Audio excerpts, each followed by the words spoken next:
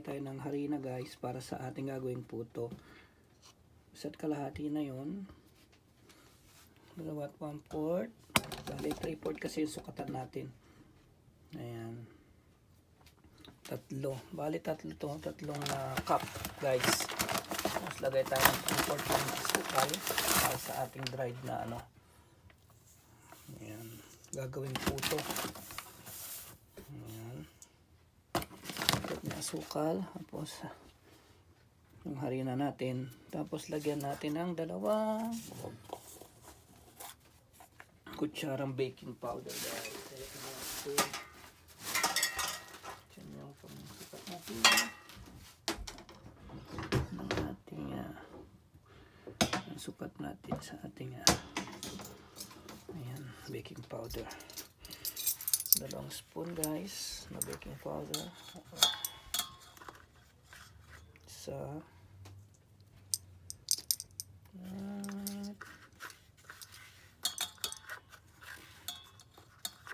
kahit 1 kalahati lang guys na ilagay natin yan.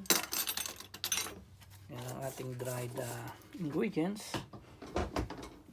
Tapos lagyan natin ng konting salt guys, pinch of salt lang para ano, yan ating dried ingredients guys. Now naman separate natin ito at yung ating na mga wet ingredients guys. Yung wet ingredients natin,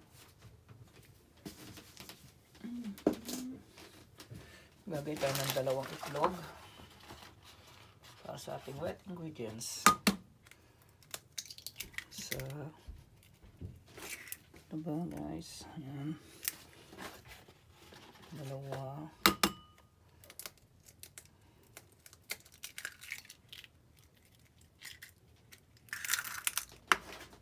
Tapos natin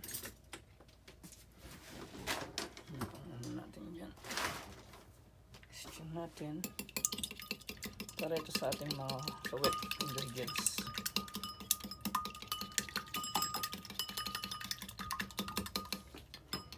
Ayan, itlog, tapos yung ating milk.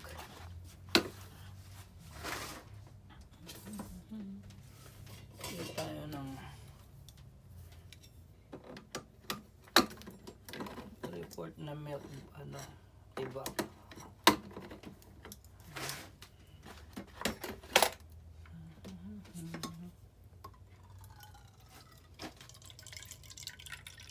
Para ito sa ating wet ingredients guys. Para sa ating gagawing puto. 2 klase yung gagawin natin puto guys. Tapos yung ating butter, lagyan na rin natin ating butter. Ayan. Ating butter, tapos lang natin lagyan natin tong ano, at yung ating vanilla extract.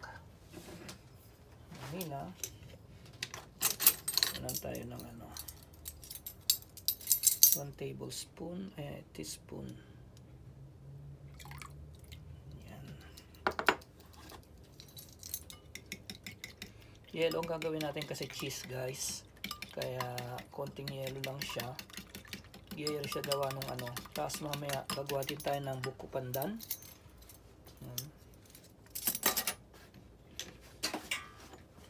At lagyan din natin siya ng 3/4 na tubig.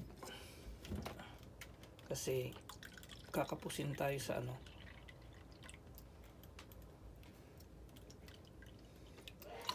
Ayan guys. Mix it and may mix natin together guys with yung dried natin mamaya. Yung dried natin guys, may mix natin siya dito.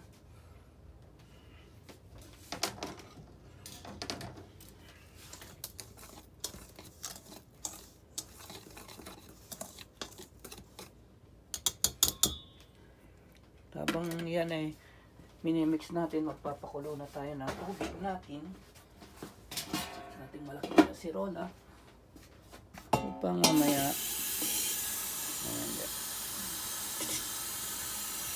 papakulo na tayo ng tubig. Konting tubig lang guys para hindi aapaw siya.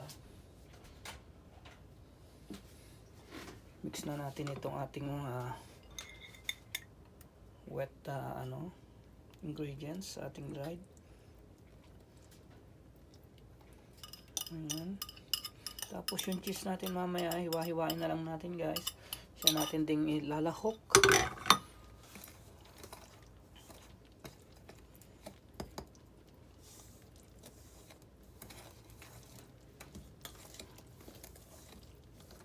Parang kulang siya sa tubig guys. Masyado siyang malapot. Dagdagan lang natin siya ng konti milk and water. Kita naman natin guys yung texture guys, 'di ba? Kulang sa tubig. Kailangan mamasa-masa siya ng kaunti.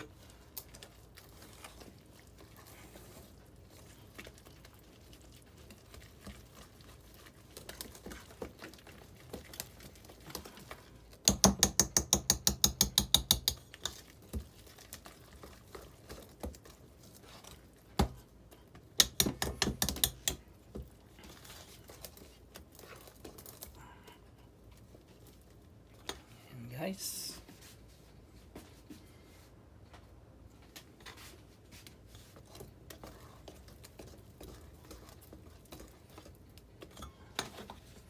ngayon lalagyan na natin sa ating mga hulmahan. Yung kaninang pinakita natin, doon natin ilalagay, pero yung cheese natin kailangan muna natin pira-pirasuhin ang ating cheese. May tayo dito yung cheese, pira-pirasuhin natin yung cheese natin. Yung kaunting dalawang cheese din dito. Ito natin ilalahok guys.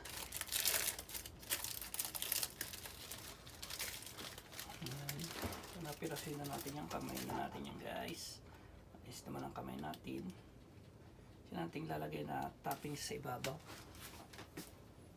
Mga pinaghulmahan natin kanina. Ito natin ilalagay.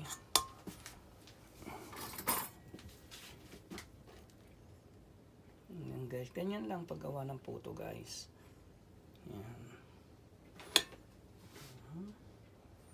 Sabihin natin yung cheese sa ibabaw.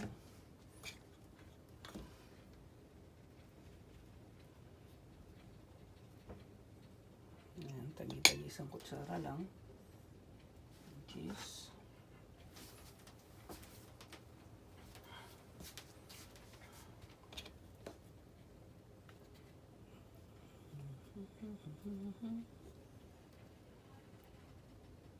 Nice. Cheese natin.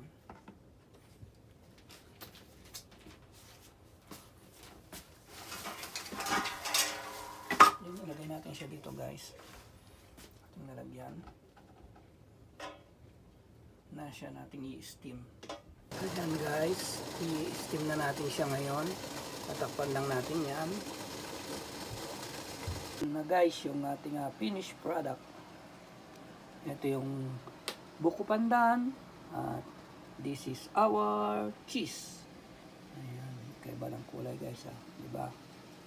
Okay guys, thank you for watching.